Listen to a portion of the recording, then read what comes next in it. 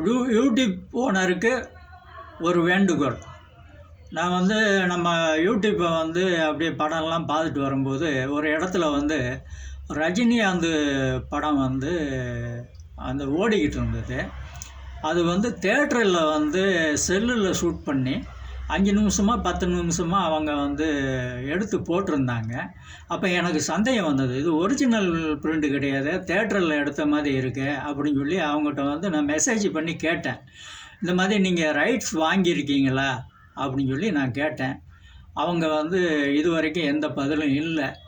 எனக்கு வந்து சந்தேகம் வந்தது, இப்படி வந்து நம்ம யூடியூப்பில் வந்து எத்தனையோ விஷயங்கள் ரைட்ஸ் வாங்காமல் காமெடி பாடல்கள் ஏதாவது போயிட்டுருக்கா என்ன அப்படிங்கிறது நீங்கள் தயவு செஞ்சு செக் பண்ணிக்கோங்க. இது உண்மை. மெசேஜ் பண்ண அவங்க வந்து எந்த பதிலும் எனக்கு சொல்லலை.